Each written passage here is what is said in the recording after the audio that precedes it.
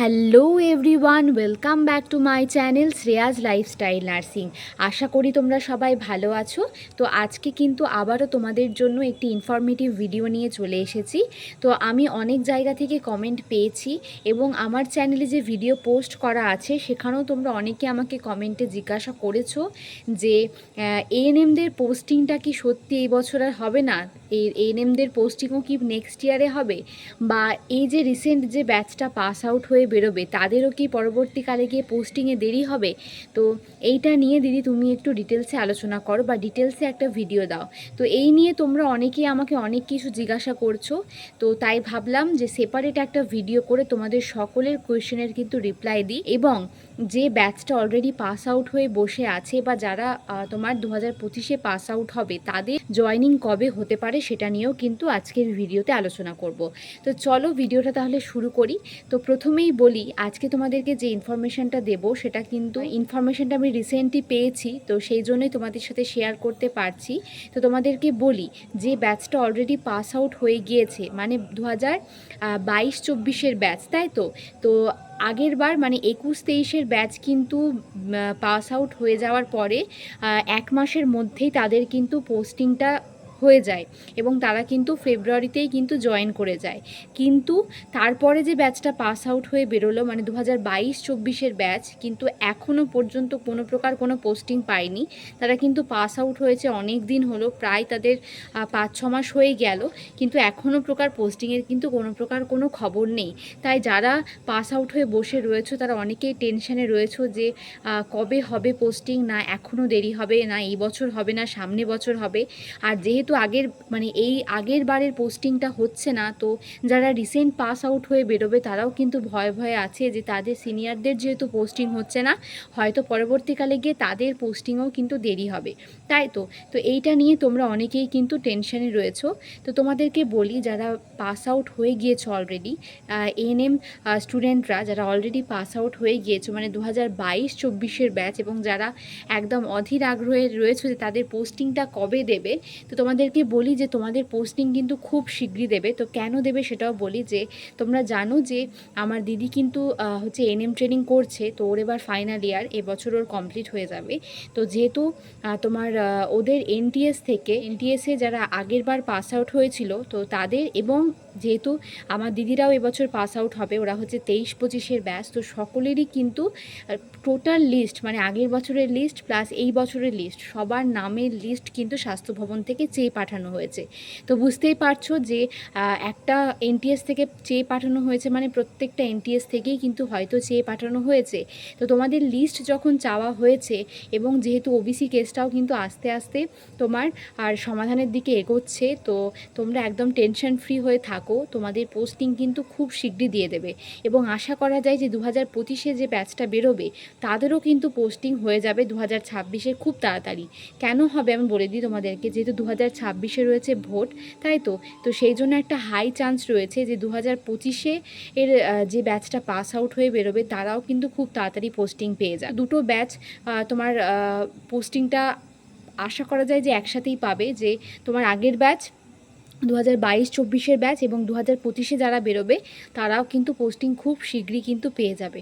হয়তো তারা একটু আগে পাবে, মানে আগে যারা পাস আউট হয়েছিল তারা একটু আগে পাবে, তো 6 মাস পরে গিয়ে নেক্সট যে ব্যাচটা পাস আউট হচ্ছে তারা কিন্তু তোমার পোস্টিং কিন্তু পেয়ে যেতে পারে। এইটাই কিন্তু একটা হাই চান্স রয়েছে।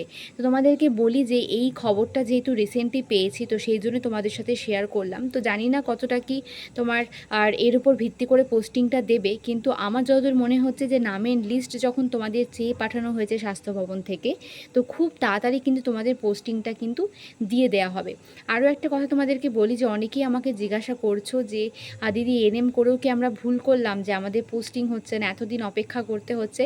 তো একটা কথা বলি তোমাদেরকে, যারা এনএম পাস আউট হয়ে রয়েছো তারা তো একটা কনফার্ম, তারা তো গভর্নমেন্ট জবটা পাবেই, তাদের তো কোনো প্রকার কোনো ইন্টারভিউ বা কোনো প্রকার কোনো এক্সাম দেওয়ার কোনো চিন্তা নেই। কিন্তু ভাবো যারা জিএনএম কমপ্লিট করে আমরা বসে রয়েছি তাদের কি অবস্থা, যেহেতু প্রতি বছর বছরই কম্পিটিশান বাড়ছে আর প্রতি বছর রিক্রুটমেন্ট নেই, প্রায় 2-3 বছর রিক্রুটমেন্ট বন্ধ, সেই প্রত্যেকটা বছর কিন্তু স্টুডেন্ট পাস আউট হচ্ছে।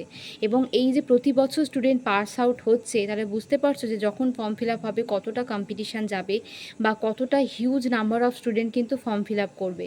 তো সেই দিক থেকে দেখতে গেলে তোমাদের তো টেনশন অনেকটাই কম থাকা উচিত, যেহেতু আমাদের মাথায় এখন কিন্তু হিউজ টেনশন। একেতে ফর্ম তো ছাড়ছেই না, তারপরে কিন্তু কম্পিটিশান বেড়ে যাচ্ছে, প্রতি বছর এত স্টুডেন্ট পাস আউট হচ্ছে। তো সেই জন্যই বলছি, যারা অলরেডি এনএম পাস আউট করে বসে আছো তাদের টেনশন হওয়ার কোনো কারণই নেই। পোস্টিং খুব শীঘ্রই দেবে, পুজোর আগে হয়ে গেলে তো খুবই ভালো সেটা তোমাদের জন্য, কিন্তু আমার যতদূর মনে হচ্ছে যে পোস্টিংটা পেতে পেতে হয়তো পুজোর পর কিন্তু তোমাদের হয়ে যেতে পারে। আর আগে হওয়ারও চান্স আছে, না হওয়ার কিছুই নেই, যেহেতু বারবারই বলছি তোমাদের নামের লিস্ট চেয়ে পাঠানো রয়েছে। তো সেই জন্য পোস্টিং কিন্তু তোমাদের খুব শীঘ্রই কিন্তু দিয়ে দেবে। আর যেহেতু একটা এনটিএস থেকে চেয়ে পাঠানো হয়েছে, মানে প্রত্যেকটা এনটিএস থেকেই কিন্তু নামের লিস্ট তোমাদের চেয়ে পাঠানো হয়েছে। আর একটা কথা বলি, যেহেতু এএনএম ট্রেনিং শুধুমাত্র গভর্নমেন্ট থেকেই করানো হয়, প্রাইভেটের কোনো প্রকার কোনো ব্যাপারই নেই, তাই কম্পিটিশনেরও সেরকম কোনো ব্যাপার নেই। শুধুমাত্র তোমাদের কে কীরকম নাম্বার পাচ্ছ বা কীরকম ডিস্ট্রিক্টে কীরকম ভ্যাকেন্সি থাকছে তার উপর কিন্তু তোমাদের পোস্টিংটা কিন্তু দেওয়া হবে। তোমরা যদি চাও যে কীরকমভাবে কি পোস্টিং দেওয়া হয়, তো সেইটা নিয়ে ভিডিও যদি তোমরা চাও, তাহলে অবশ্যই নেক্সট ভিডিওতে আমি ডিটেলসে আলোচনা করব যে তোমরা কিভাবে নিজের ডিস্ট্রিক্টে কিন্তু পোস্টিং পাবে, বা পোস্টিং পাওয়ার পরে যদি তুমি বাড়ি থেকে অনেকটা দূরে পোস্টিং পাও, তাহলে কত বছর পরে কি ট্রান্সফার নিতে পারবে, এই সমস্ত নিয়ে তোমরা যদি ভিডিও চাও, আমি অবশ্যই নেক্সট ভিডিওতে ডিটেলসে আলোচনা করব। তো যদি ভিডিওটা চাও অবশ্যই কমেন্টে জানিও যে সেরকম ভিডিও তোমরা চাও কিনা, আমি চেষ্টা করব তাহলে সেই ভিডিওটা কিন্তু আপলোড করার।